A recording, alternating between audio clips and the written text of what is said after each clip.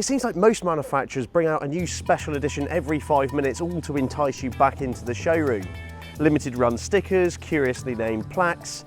Well, here we are with yet another limited edition car, the Bullitt Mustang. And I suppose the question is whether this is really a gimmick or a game changer.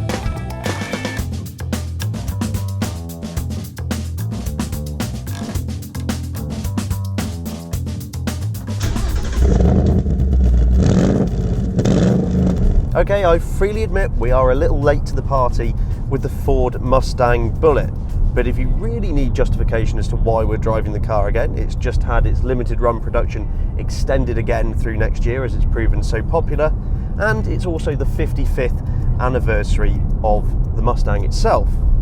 So Bullitt, a special edition Mustang to mark the anniversary of the iconic Steve McQueen movie that saw him drive a Highland Green fastback Mustang through the streets of San Francisco in hot pursuit. And it's one of the most iconic car chases in movie history. This car is inspired by that understated Highland Green beast that is now highly collectible in its original form. By now you'll all be familiar with this generation Mustang's architecture, the whole long bonnet, short overhang, coupe profile that's just a classic for any Mustang. Obviously the latest generation introduced a series of sharper creases to make the car look more athletic, and then a recent facelift has seen new lights and grills and things introduced. The Bullitt forgoes the pony on its nose, introduces a new body kit and a slightly sinister tone to the overall car. I have to say, there's something about this car. It's not too shouty, it knows the power of the understatement, especially if you option it in this green. It's quietly brutish, it broods in the corner of car parks only to erupt, make its way out and onto the open road. I'm struggling to think of a better word than cool. I mean, that seems a bit simple, but it just has this almost untangible, you know, Steve McQueen-esque aura about it. It is simply cool. You could put it on a poster and put it in your room and people would go, wow, look at that Mustang. You know, it's almost a character in and of itself. Though based and very closely related to the standard Mustang GT, there is something, there's an extra special ingredient in this car that I think just makes it even more likeable. And I think those 19-inch alloy wheels that fill the arches finishes off the whole design beautifully. So mechanically speaking, what separates Bullitt from a standard Mustang? The truth is actually not an awful lot. It's got a new air filter, it breathes a little easier, it's got larger throttle bodies, and instead of making a tangible difference to how the car drives or behaves, it actually just serves to enhance the theatre. I mean, this thing just sounds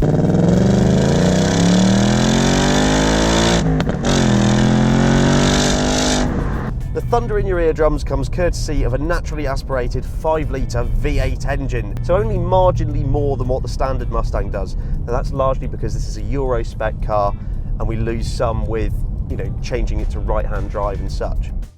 Headline figures for this car is 0 to 62 miles per hour in just 4.6 seconds, and it'll go on to a limited top speed of 155 miles per hour.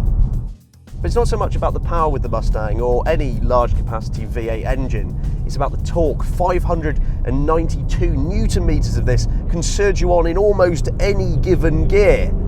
You can be really lazy with the gearbox, put it in its top gear and it will just still slug along.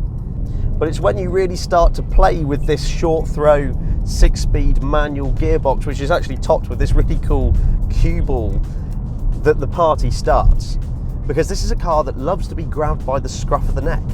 It's not some dainty little sports car, it's no 911. No, this car is old school, and pleasingly so. You chuck it into a corner, the steering's positive, not full of feel. You can feel the car's weight, you can feel it load up in its corners. But you know what, that's a good thing. It means that you know what's going on. This managing of the car is actually what creates the man-machine connection in this scenario. It's not about necessarily kissing every apex perfectly, it's about managing the weight, it's about balancing the car on its throttle through the corner, maximising that torque as you slingshot out of it. In terms of sports cars, the Mustang is far from a surgeon's scalpel, but you know what, sometimes the most fun tool to use is a hammer. really love the Brembo brakes on this car. It arrests its progress nicely. It gives you plenty of confidence to use the performance, safe in the knowledge that the Brembos have got things under control. Nice, easy to modulate. Yeah, it's a good package. It's a real feel-good car. It's not the car that's going to set you fantastic lap times, but it might just be the one with the, that leaves you with the biggest grin.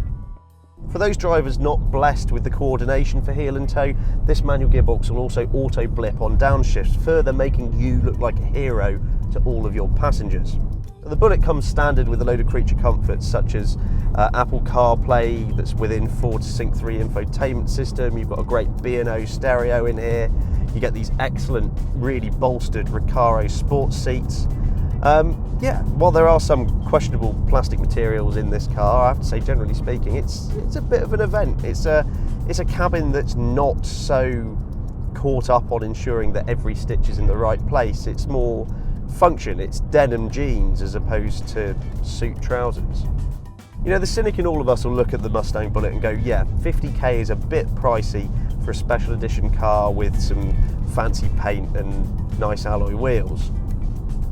But do you know what? The Mustang Bullitt is greater than the sum of its parts. It's one of those cars that sparks an emotional response the second you see it, the second you push that start button, and the second you start pushing back on that throttle, because it puts a smile on your face. It's one of those cars that makes you want to reach for your aviators because you almost want to become part of the theatre that it puts on. We should applaud the fact that Ford brought the Mustang and the Bullitt to Europe.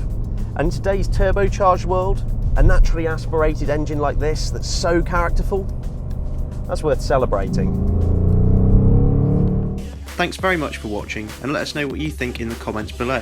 Please subscribe for all of the latest and greatest cars to hit the road. For breaking news and written reviews, visit www.insidelane.co.uk.